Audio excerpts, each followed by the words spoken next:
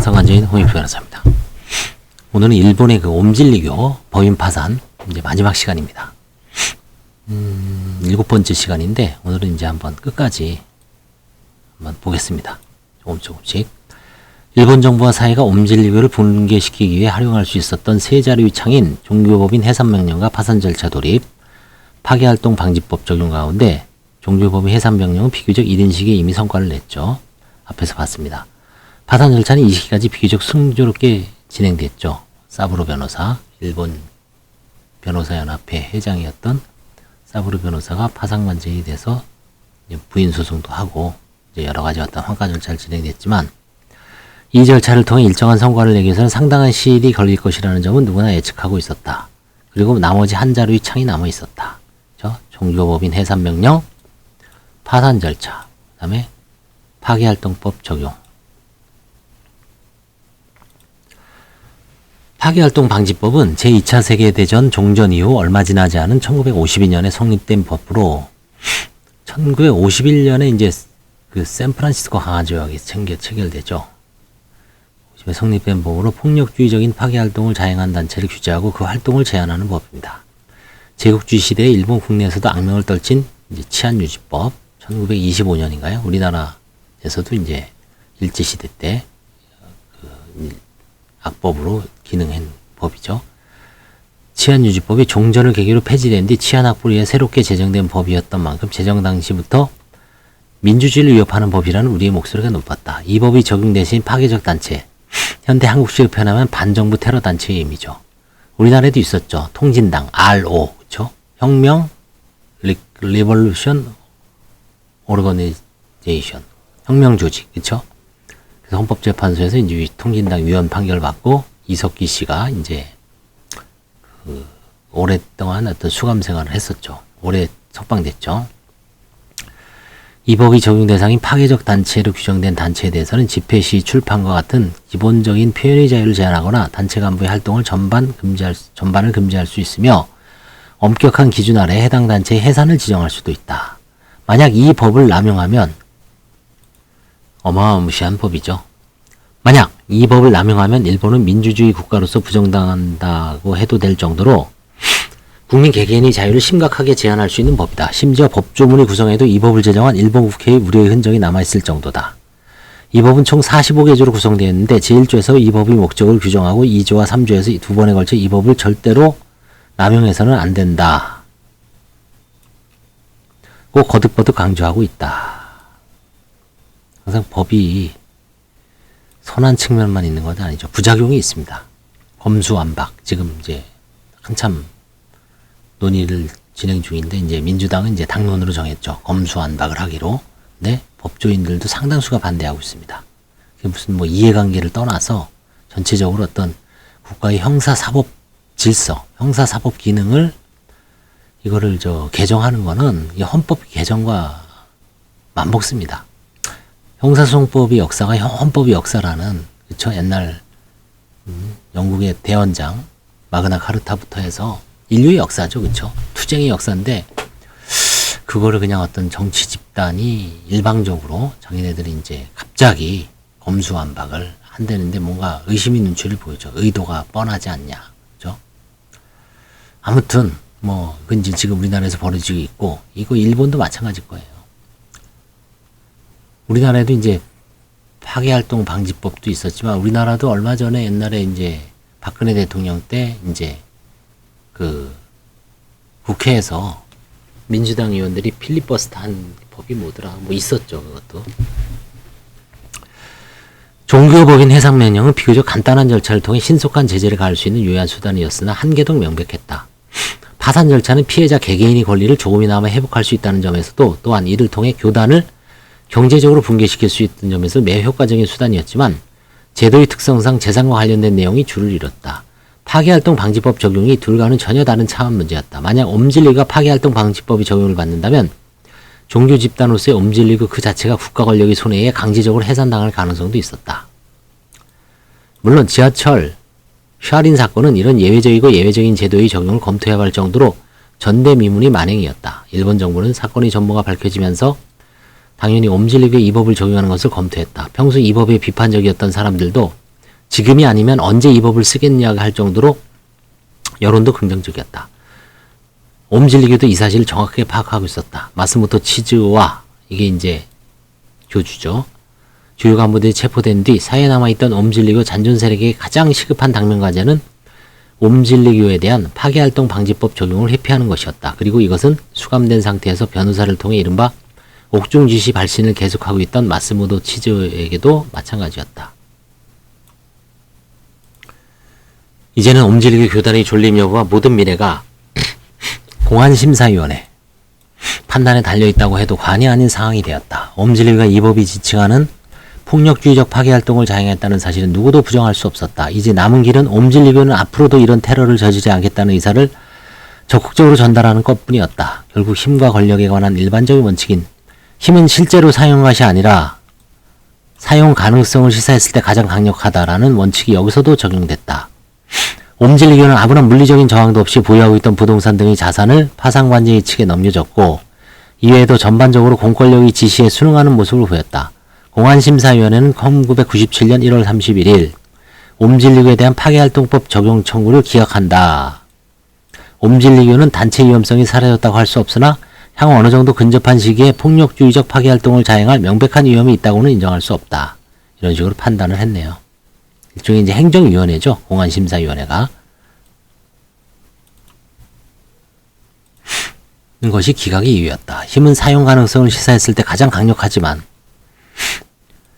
이게 이제 지금 러시아하고 우크라이나 전쟁에서도 지금 핵 사용 가능성이 있다라고 이제 시사하니까 이제 좀 뭔가 여러 가지 이제 나토에 무기를 금지하는 효과는 있었는데 또 이제 최근에 민간인 학살 문제로 인해서 다시 유럽연합에서 EU에서 또 지원을 적극적으로 늘리기로 했죠. 상황에 따라 다릅니다.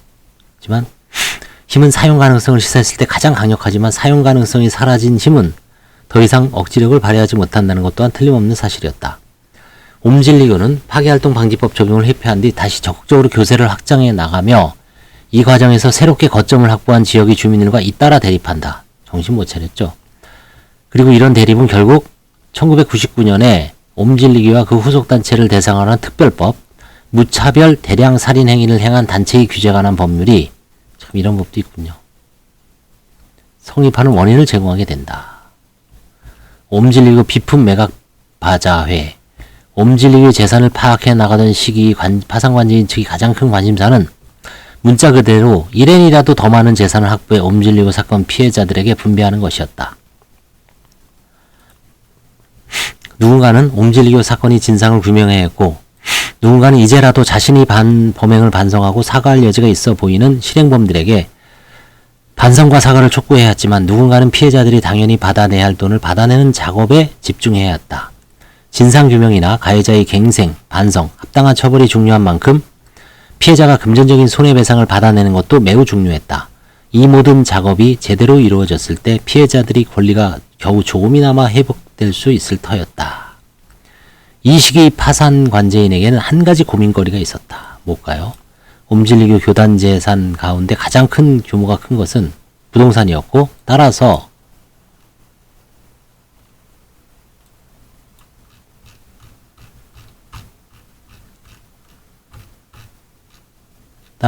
파산관제인 측은 부동산 파악을 중심으로 업무를 진행해 나갔다. 그런데 부동산을 확보하는 과정에서 함께 입수된 각종 동산은 처분할 방법을 찾기가 쉽지 않았던 것이다. 그러면서 신자들이 퇴거할 때 교단 시설에 남겨두고 간 일용품, 교단 내에서 신자들이 사용하던 비품과 공구 등이 시간이 지날수록 쌓여갔다. 이건 비용만 들죠. 동산을 보관하는 것도 공간이 필요하니 엄밀히 따지자면 비용이 드는 일이었기에 무작정 계속 보관할 수도 없는 일이었다. 옴질리교에 대한 사회적 분노를 만방에 알리기 위해 그동안 확보한 동산을 한 곳에 모아놓고 소각한다면 다소간의 감정적인 울분은 풀리겠지만 피해자들에겐 1엔도 돌아가지 않는다. 그렇다면 일반적인 중고시장에 매각해 동산을 현금화하는 것도 방법이겠지만 이 방법은 그것대로 문제가 있었다. 이 시기 옴질리교는 일본 사회 전체의 기피 대상이었고 교단 내부에서 화학무기와 생물무기를 이게 이제 지금 우크라이나 전쟁에서도 하는 ABC 무기죠. A, 어토믹, 핵무기고 B, 바이올로지, 생물무기, C, 케미컬, 그죠? 이게 참 일본에서 벌써 89년에서 95년도에 여기서는 이제 이 샤린가스는 화학물이죠.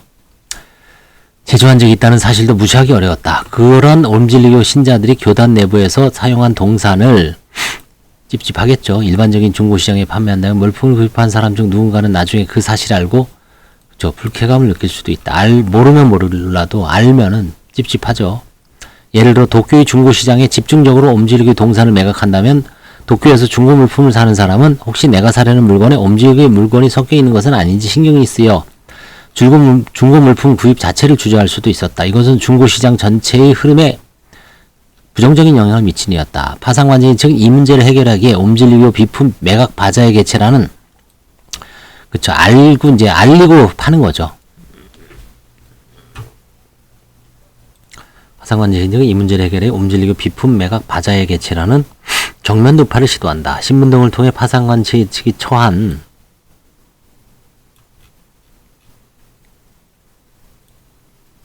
상황을 설명하고 옴질리교 비품 매각 바자회를 연다는 것을 널리 알려 전후의 사정을 다 파악한 뒤에도 옴질리교 동산을 구입할 의사가 있는 시민들이 자발적인 참여를 모은 것이죠.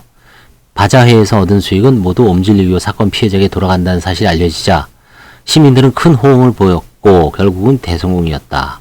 1996년 9월 8일에 개최된 제1차 바자회에서는 우리나라에서도 이런 아이디어가 있네요. 바자회. 혹시 어떤 회사 물품, 옷 같은 거, 의류를 팔아야 되는데 보통 이제 창고형 방출 이런 거 하는데 바자회에 성공할 수 있을까요?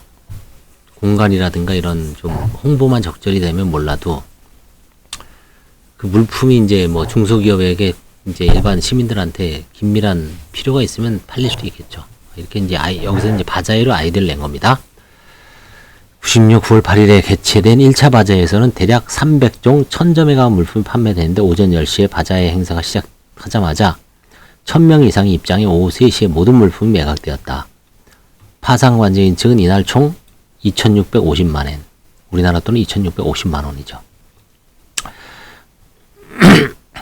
옴질리교 바자회는 97년 2월 8일에도 시행돼 이때도 약 106만엔 매상. 물론 이런 바자회에서 팔 수 없는 대형 기계는 공개 입찰을 통해 매각했고 1997년 9월에 옴질리교가 확보하고 있던 문제의 헬리콥터도 헬리콥터까지 있었어요. 와, 대단합니다. 러시아의 항공 관련 회사에 65만에 매각했다. 요즘 문제되는 그런 거 아닌가요? 옴질리교 비품 매각 바자회는 굉장히 큰 상징적인 의미가 있었다. 첫 바자회가 개최된 96년 9월은 아직 옴질리교의 세력이 완전히 꺾이기 전이었다. 이 바자회를 통해 옴질리교 신자들은 자신들이 사용하던 물건 가운데 돈으로 바꿀 수 있는 것은 책상 하나, 연필 한 자루까지 모두 팔아서 단돈 1엔을 파산 절차에 참가한 피해자의 숫자인 1201등분으로 나누는 한이 있더라도 피해자에게 모두 돌려주겠다는 일본사의 의지를 느꼈을 것이다. 두 번의 바자회를 통해 파상관제 측이 얻은 수익은 피해자의 숫자를 생각하면 그리 큰 규모는 아니었다. 그러나 단 1엔이라도 더 많은 배상을 하게 만들겠다는 파상관제 측의 목표 설정이 빈말이 아니었다는 사실이 옴질리교 측에 전달된 것은 의미가 컸다.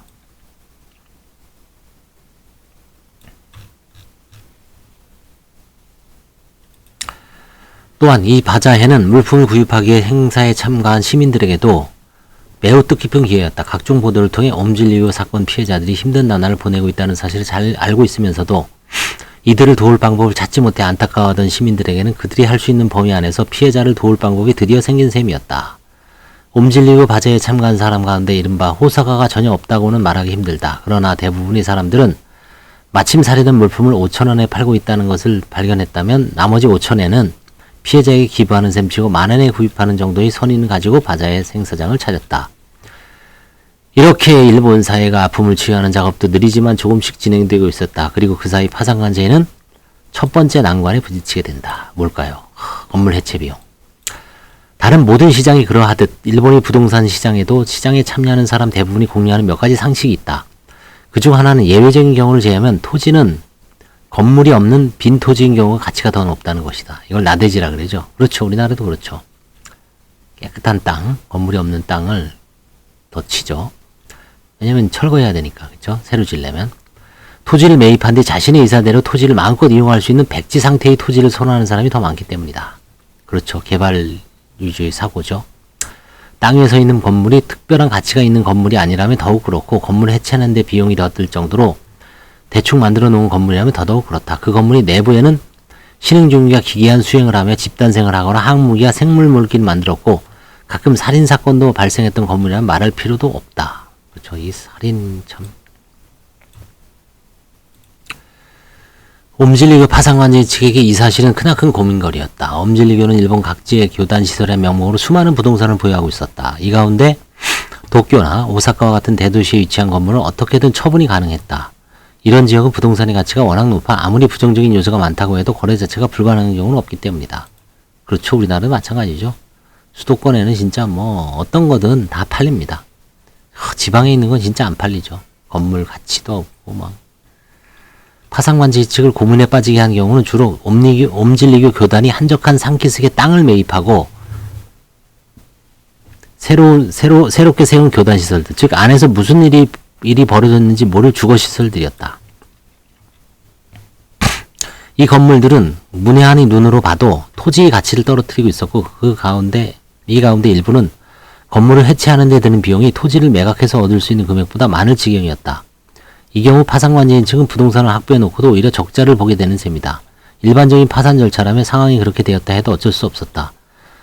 그러나 옴질리교 파상관제는 절대로 적자를 볼 수 없는 입장이었다. 파상관제의 적자를 본다는 것은 파상관제에 확보한 재산이 줄어든다는 말이며 그것은 곧 옴질리교 사건 피해자들이 손해배상으로 받을 금액이 줄어든다는 의미이기 때문이다. 그러나 옴질리교 파상관제는 절대로 적자를 볼 수 없는 입장이었다. 파상관제일이 적자를 본다는 것은 파상관제일이 확보한 재산이 줄어든다는 말이며 그것은 옴질리교 사건 피해자들이 손해배상으로 받을 금액이 줄어든다는 의미이기 때문이다. 당연한 거죠. 문제는 또 있었다. 건물을 해체하는 과정에서 나오는 쓰레기는 일본에선 일반 쓰레기로 분류된다. 일반 쓰레기 처리 비용은 지방자치단체에 지불해야 되는데 건물 잔해는 부피도 크고 무게도 무거운 만큼 이 비용도 만만치 않은 규모였다.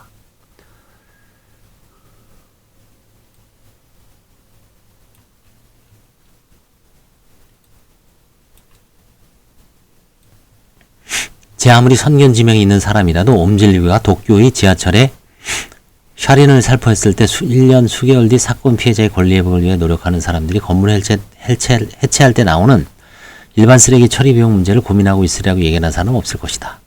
그러나 복잡한 현대사회에서 누군가의 권리를 보호한다는 것은 고작 몇 달 전에는 상상하지 못한 문제를 하나씩 해결해 나가야 하는 일이었다.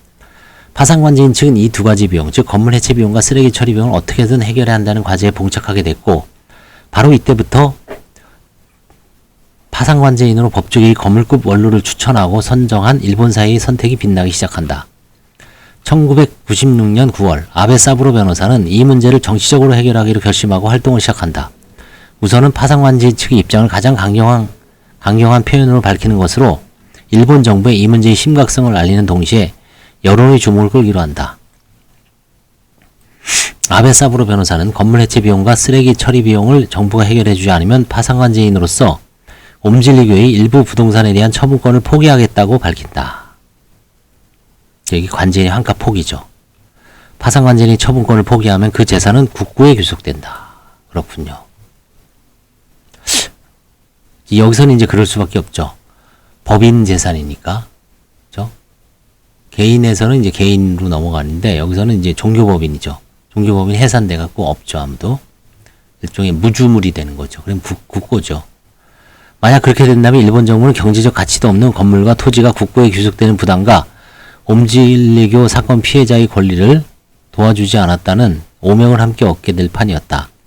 아베 사부로 변호사의 이런 발언은 물론 교섭 기술이 범주 안에 있었다.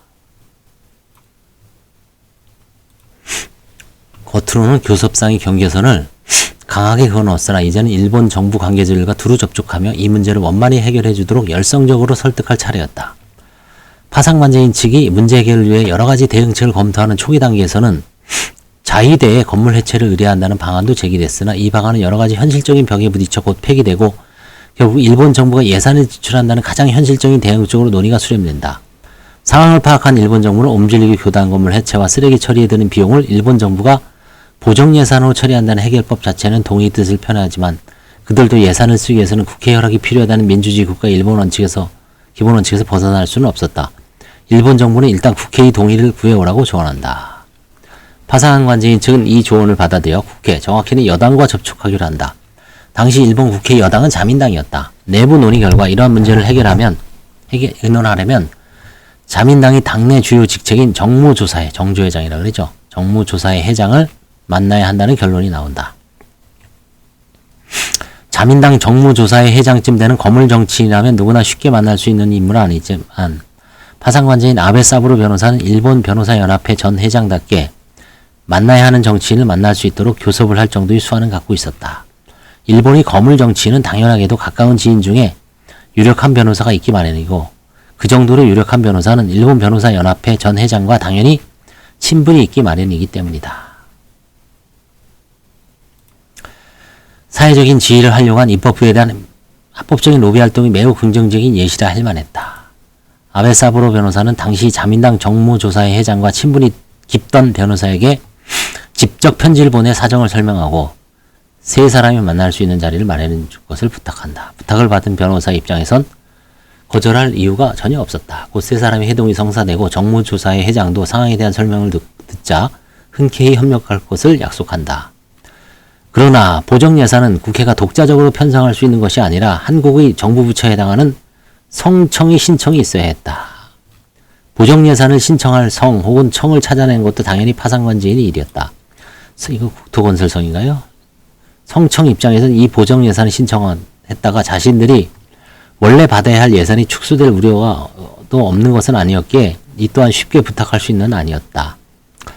파상관제인은 폭넓게 관계들과 접촉하며 교섭을 진행한다. 옴질리교와 여러모로 은원이 깊은 경찰청 등이 후보로 거론됐으나 최종적으로는 보험금 지급 등을 이유로 이 문제에 깊이 관여할 필요가 있었던 후생성이 파상관제 측의 요청을 받아들여 자신들의 예산으로 4억 9,400만 엔의 보정예산을 신청한다. 엄청나죠. 49억이죠. 국회가 이 보정예산을 승인하면서 겨우 건물 해체 비용과 쓰레기 처리 비용 문제가 해결됐다. 1996년 12월 19일 일본 정부는 옴질리교 교단시설 해체 비용 등을 보정예산으로 처리하기로 각의 결정한다. 이렇게 자금을 확보하고 나서야 일본 전국 각지 옴질리교 교단시설의 해체 작업을 시작할 수 있었다. 1997년 1월 7일에 옴질리교 후지산 총본부 해체 공사가 착공됐으며 이후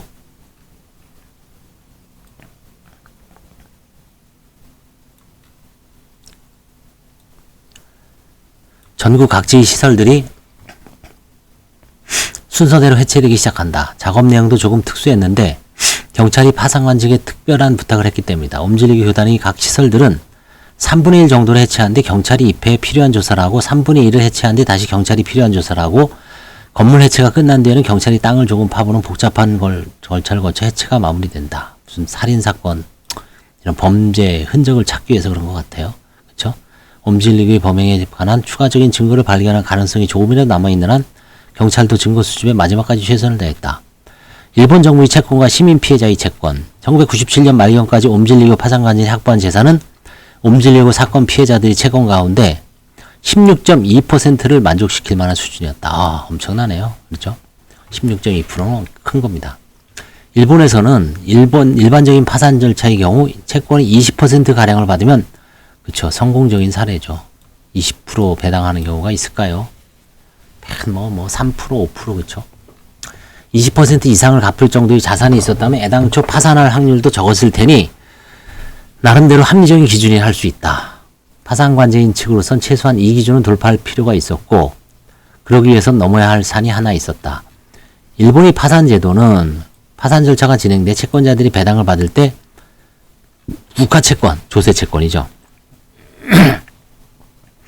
국가채권이 가장 먼저 배당을 받는다고 규정하고 있다. 우리나라 마찬가지죠. 공적인 절차를 사용해 개인적인 채권을 보상받는 파산 절차라는 제도의 특성상 당연하다고도 할 수 있는 것으로 옴질리교 사건에서도 일본 정부의 채권이 피해자들의 채권보다 먼저 배당을 받을 예정이었다. 일본 정부는 지하철 샤린 사건 등 옴질리교가 자행한 각종 범죄로 인해 막대한 금액의 건강보험금과 노동자 재해보상금 등을 지급했으며 이런 각종 보험금의 구상권을 중심으로 상당한 규모의 채권을 갖고 있었다. 일반적인 파산 절차였다면 이것은 지극히 당연한 수순이었다. 그러나 피해 대책 변호단과 파상관제인 측은 이 결론에 동의할 수 없었다.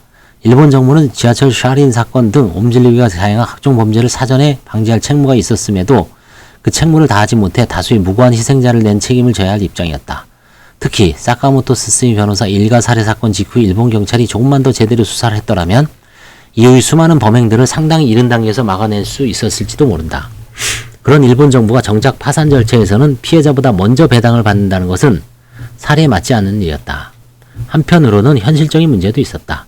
97년 말 시점에서 국가가 채권을 포기할 경우 옴질리교 사건 피해자들은 채권 가운데 22.59%를 돌려받을 수 있을 것으로 추산됐다. 이것이 성사되면 파산관진 입장에선 최소한의 기준인 20%를 돌파할 수 있는 셈이었다. 그러나 정부와 여당 그리고 관계 성청의 합의 아래 비교적 무난하게 통과시킬 수 있었던 보정 예산과는 달리 국가의 채권에 관한 사항은 재정법과 같은 국정의 기초가 되는 중요한 법률로 규정돼 있어 관계자 몇 명의 결정으로 쉽게 포기할 수 있는 것이 아니었다. 일본 정부가 채권을 포기하려면 단순히 국회의 동의를 얻는 것이 아니라 이를 위한 특별법을 제정해야 했다. 다시금 정치적인 해결이 필요해졌다. 아베 사부로 변호사는 피해대책변호단과 꾸준히 협력하며 정치적인 해결을 위한 다방면의 교섭을 시도한다. 물론 그 교섭의 첫 단계는 선긋기였다. 아베 사부로 변호사는 국가가 채권을 포기하지 않을 경우 아예 배당을 시작하지 않겠다고 발언해 일단 정치권과 언론이 주의를 환기시킨다. 물론 배당은 당연히 해야 하는 것이며 이 발언은 사실상 블러핑에 가까웠지만 정치권과 언론이 이 사안에 관심을 가지게 하는 효과는 있었다. 선을 그었으니 그 다음은 교섭이었다. 특별법 제정이 필요해진 이상 보정 예산 때처럼 여당만을 상대할 수는 없었다. 아베 사부로 변호사는 야당의 유력 의원들과도 폭넓게 접촉하며 옴질리고 사건 피해자들이 처한 상황을 상세히 설명하고 국회가 이 문제를 정치적으로 해결해주기를 촉구한다. 야당 입장에서 거부할 이유가 전혀 없는 카드였다. 당시 일본에서 출근길에 신흥종교의 샤린 공격을 받은 피해자의 채권보다 일본 정부의 채권이 우선적으로 보장되어야 한다고 생각하는 사람은 5명도 되지 않았다. 유권자의 전폭적인 지지를 받을 수 있는 일을 정부가 적극적으로 나서서 추진하지 않는다면 민주주의 국가의 야당이 해야 할 일은 너무나도 자명했다. TV를 통해 생중계되는 대정부 질문에서 왜 정부와 여당은 이 문제를 적극적으로 해결하지 않는 것입니까? 라고 강하게 질타하는 것이다. 피해자 권리 회복을 위해 적극적으로 노력하는 야당과 야당의 질타를 받을 때까지 시간을 허비하고 있었던 소극적인 정부 여당이라는 그림을 만들 절호의 기였다. 그러나 야당이 구상한 이 그림이 완성되기 위해서는 한 가지 중요한 전제가 필요했다. 일본 국민 대다수가 옴질리오 사건 피해자의 권리 회복을 위해 일본 정부가 다소 재정적인 손해를 보는 것을 찬성하거나 최소한 적극적으로 반대하지 않아야 한다는 것이었다. 일본은 성인 공자가 모인 이상 국가가 결코 아니다.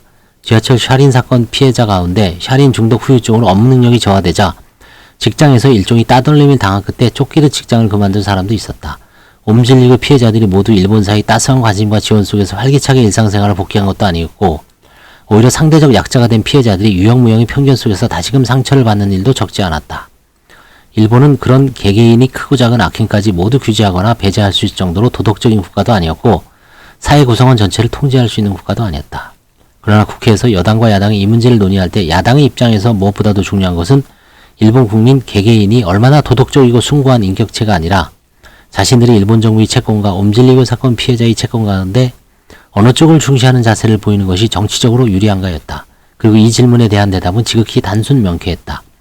피해자의 권리를 중시하는 모습을 보이는 것이 야당에게 압도적으로 유리했다.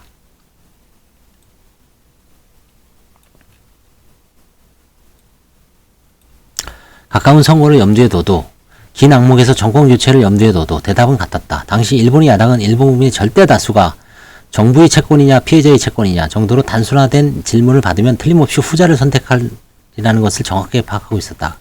그리고 그것으로 충분했다. 이는 민주주의 국가에서 정부가 올바른 판단을 내리도록 국민이 야당을 활용해 정부를 압박하는 시스템이 매우 잘 작동한 사례라고 할 수 있다. 성인군자가 결코 아닌 평범한 국민 개개인이 모인 국가라 할지라도 그들이 큰 틀에서 올바른 판단을 하고 있고 민주주의가 제대로 작동하고 있다면 정당 정치라는 필터를 통해 국회와 정부로 국민의 의견이 전달돼 정부도 올바른 판단을 내릴 수 있다는 사실이 확인된 것이다. 야당은 지속적으로 국회에서 이 문제를 추궁했다. 야당의 추궁을 받은 정부와 여당 입장에서도 야당이 협조한다면 그리고 무엇보다도 국민 여론이 이 문제를 전향적으로 해결하는 데 동의한다면 굳이 소극적인 반응을 보일 필요가 전혀 없었다. 98년 4월 24일 옴질리오에 관한 파산 절차상의 국가채권에 관한 특례에 관한 법률. 이런 것도 생겼군요. 법률이 시행된다. 법률의 내용은 간단했다. 옴질리오 파산 절차에 있어서 일본 정부의 채권이 옴질리오 사건 피해자의 채권보다 우선순위가 낮다고 규정한 것이다. 98년 7월 15일부터 제1차 중간 배당 절차가 시작돼 10월까지 채권자 2191명에게 약 9억 6천만 원이 배당된다. 96억이네요. 옴질리고 사건 피해자들은 옴질리고 교단에게서 받아내야 할 채권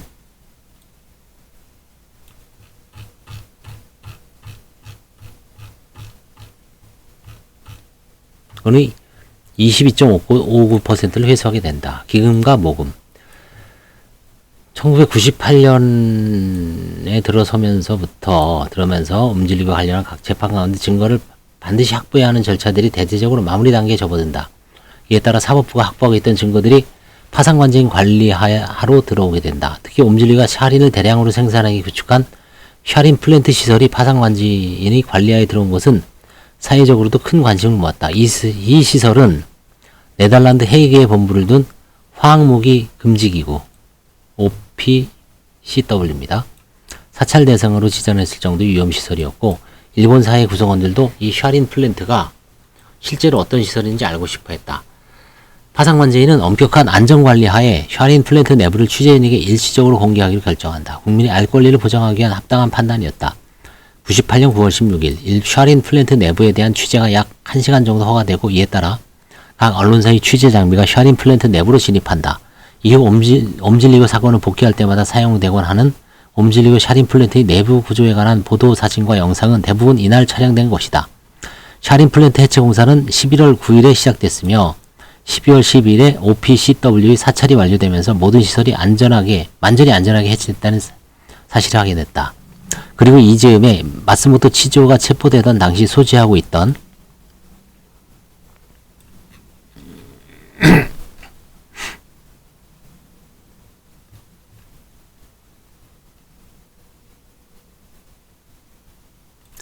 마스모토 치조가 소지하고 있던 소지금도 파산관제인에게 돌아온다. 그러니까 이 교주가 지참한 돈이죠. 마스모토 치조는 체포 당시 966만 2483엔을 소지하고 있었고 이 금액은 전액 압수된 상태였다. 이 현금도 사법기관이 보관하고 있었으나 더 이상 보관할 필요가 없어지자 그동안 소요된 경비를 제외하고 766만 5563맨을 파산관제에게 돌려준 것이다. 1엔이라도 더 많은 돈을 피해자에게 돌려주기 위해 옴질리오 신자들이 사용하던 동산을 한 곳에 모아놓고 바자회까지 열었던 파산관제인 측에게 이 정도의 규모의 현금이 들어온 것은 당연히 반가운 일이었다. 이 돈은 바로 파산관제인이 관리하는 재산에 포함시켜 배당했어도 좋을 것이나 여기서 한 가지 문제가 대두된다. 옴질리고 파산 절차에 참가한 채권자는 총 2191명이었고 이 가운데 옴질리고 사건의 피해자는 1201명이었다.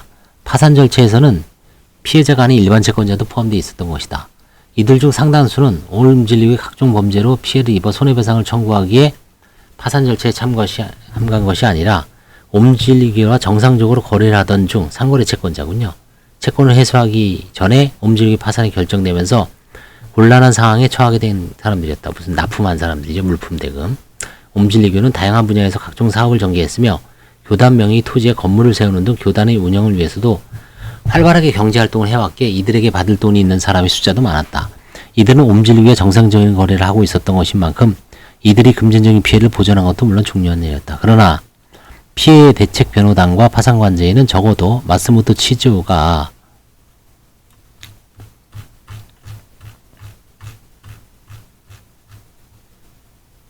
체포되는 순간에 도피자금으로 소지하고 있던 돈만은 온전히 옴질리고 사건 피해자를 위해 사용돼야 한다고 생각했다. 그것이 사리에 맞는 일이라면 매뉴얼대로 행동할 것이 아니라 사리에 맞는 결론이 나오도록 대응책을 강구해야 했다. 양측은 이런 공감대 속에서 파산과는 별도의 절차를 통해 이 문제를 해결하기로 결정한다.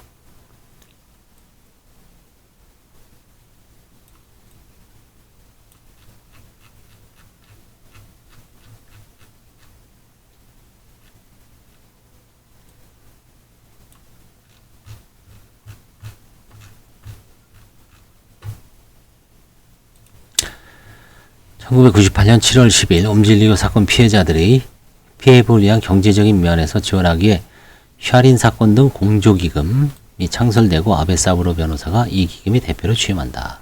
마스모토 치조의 소지금 반환금 766만 5,563엔은 이 기금으로 들어갔으며 기금 창설을 계기로 신문 광고 등을 통해 일반 시민의 선의 협력, 즉 성금 모금이 시작된다. 지하철 샤린 사건을 기준으로 3년 이상이 지난 시점에서야 일반 성금 모금이 시작된 것이다. 여기서 한국과 일본이 국가적인 대형 사건에 직면했을 때 일반 시민들이 선의 협력을 모으는 방식의 차이점이 드러난다. 2014년 4월 16일 세월호 참사가 발생했다. 그리고 이 참사가 보도되는 것과 거의 동시에 성금 모금이 시작됐다. 성금을 모금하는 단체도 모금의 이유도 제각각이었다.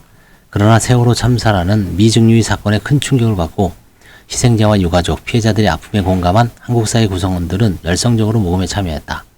참사 발생 약 7개월이 지난 2014년 11월 시점에 이미 각종 단체가 모금한 전체 성금 모금액은 약 1280억 원에 달하는 것으로 보도됐다.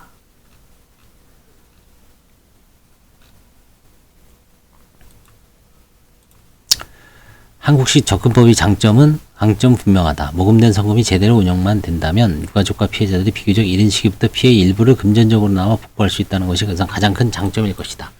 특히 유가족과 피해자들의 생활자금과 신체적, 심리적 치료를 위한 비용이 성금을 통해 이른 시기부터 마련된다는 것은 매우 긍정적인 일이다. 또한 사건이 사회의 관심에서 잊혀지기 전에 성금 모금이 시작되는 만큼 성금의 규모가 커진다는 것도 매우 중요한 장점이다. 1280억 원이라는 돈이 가지는 사회적인 영향력은 결코 무시할 수 없으며 이것이 유가족과 피해자들의 생활을 위해 적절하게 사용된다면 참사의 상처를 조금이나마 치유할 수 있을 것이다. 그러나 한국식 접근법의 한계도 명확하다. 우선 지나치게 이른 시기에 성금 모금이 시작됐기 때문에 도대체 무엇을 위한 성금을 누가 왜 모으는지가 불분명한 경우가 많았다.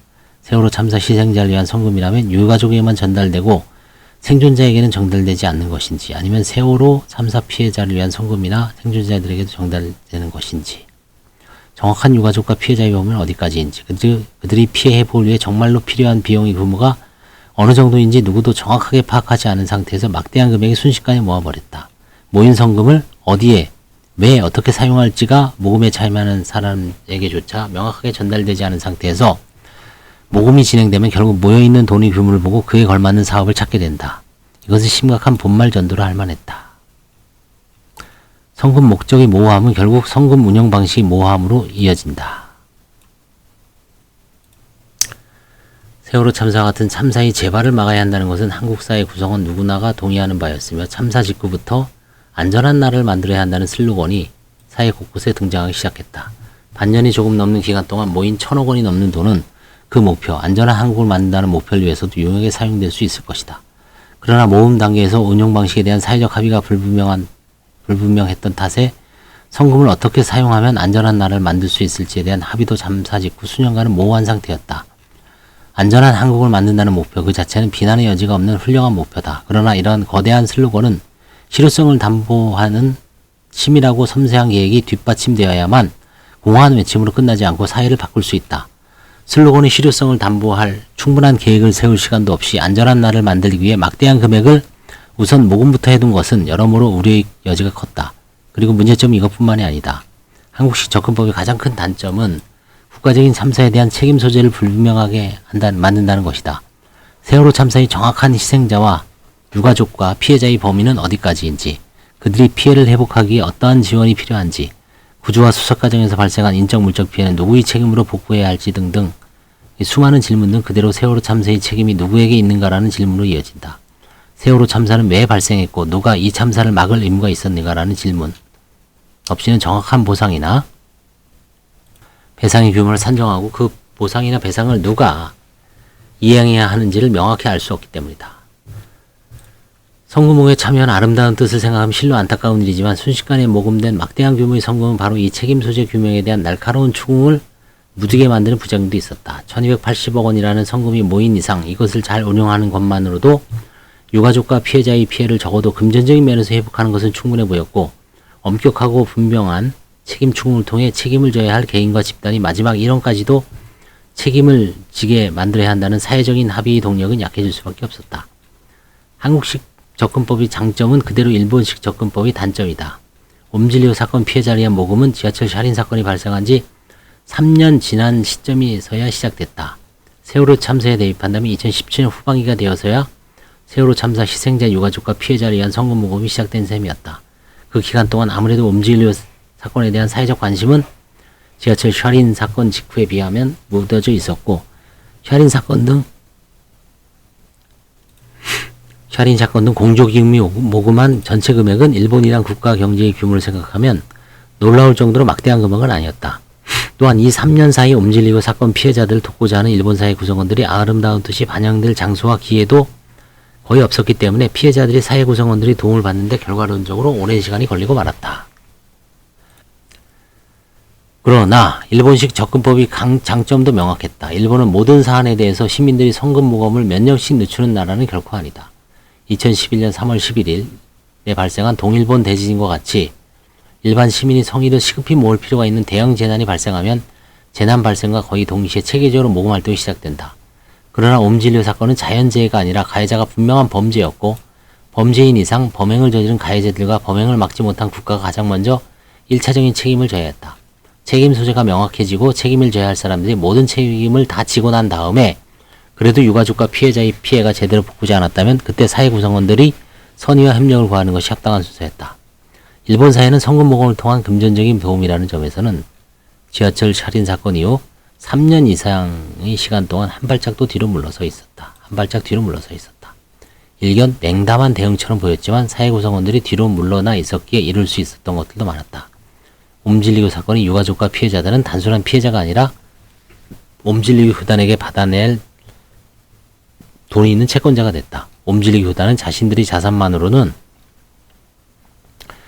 피해자들이 갚아야 할 배상금을 모두 마련할 수 없었기에 파산할 수밖에 없었고, 결과 교단이 보유하고 있던 부동산 등의 자산을 모두 내놓아야 했다. 일본 정부는 옴질리고의 범행을 미리 막지 못한 책임을 날카롭게 추궁당한 끝에 국가 채권의 우선권을 포기한다는 지극히 이례적인 특별법을 만드는 형식으로 정부 차원의 책임을 인정해야 했다.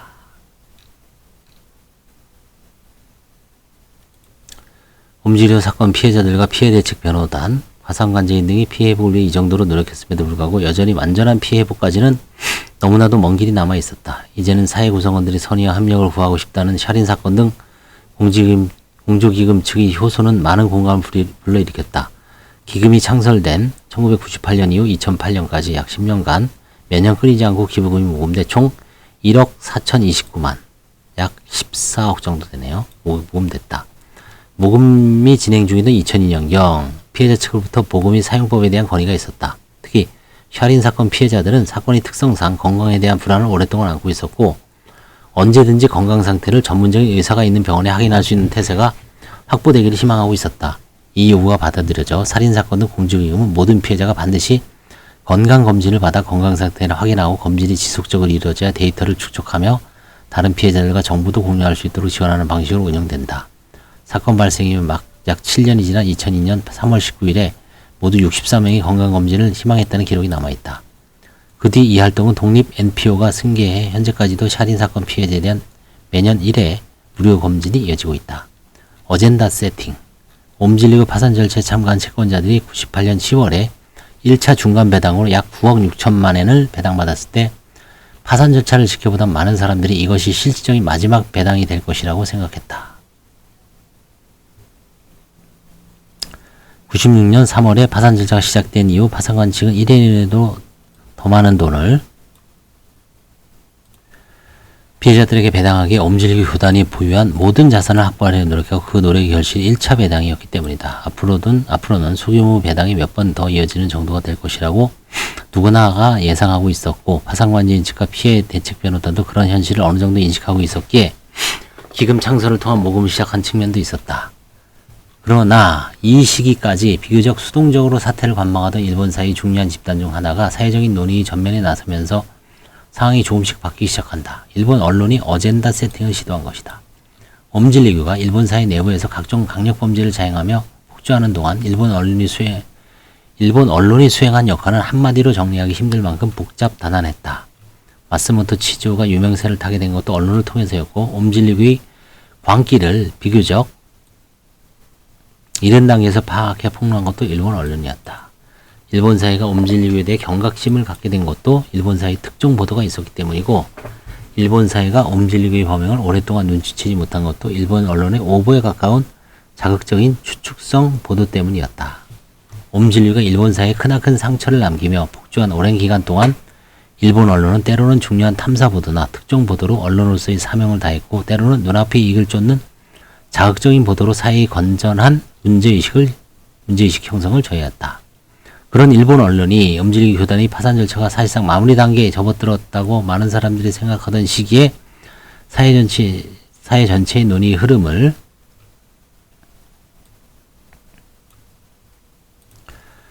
바꿀 만한 중요한 보도들을 쏟아내기 시작한 것이다. 대표적인 것 중 하나가 96년 5월 26일자 요미우리 신문의 기사였다. 요미우리 신문은 이 기사를 통해 옴질리교가 실질적으로 운영하는 관련 회사들이 일본 전국 각지에서 여전히 성업 중이며 이들 회사의 총 매상액은 98년에 무려 70억엔 전후를 기록했다고 보도했다. 파산관쟁이가 지하철 살인 사건 이후 옴질리교를 적극적으로 감시해온 수사기관 등이 합법적인 범위 안에서 옴질리교의 재산 은닉 시도를 저지하려 노력했지만 어쩔 수 없는 한계가 있었던 것이다. 옴질리교가 보유하고 있던 방대한 자산 중 일부가 법망을 피해 후계단체나 실질적인 관련 단체 그리고 그들이 실질적으로 운영하는 회사 등으로 흘러들어갔고, 그들은 적어도 서류상으로는 합법적인 기업 활동을 활발하게 이어가고 있었다. 특히 컴퓨터 관련 사업 등은 신자들이 노동력을 착취하면서 높은 부가가치를 창출할 수 있는 분야에서 많은 수익을 얻고 있었던 것으로 전해진다. 여기까지는 객관적으로 확인된 사실이었다. 그렇다면 이제는 일본 언론이 이 사실을 어떻게 보도하는가라는 문제가 나왔다. 만약 일본 언론이 중립적이고 냉철한 보도 태도를 유지해 이런 사실들을 단발성 정보 전달 기사로 보고됐다면 사회적인 유죄 설정으로까지는 이어지기 힘들었을 것이다. 옴질리의 교가 실질적으로 운영하고 있는 것으로 보이는 컴퓨터 관련 회사 등이 여전히 성업 중이다. 이 회사들은 합법적으로 운영되고 있는 것으로 보이며 지난해에도 높은 매상액을 기록했다. 정도로만 보도해도 이른바 팩트 전달의 소임은 다하는 셈이겠지만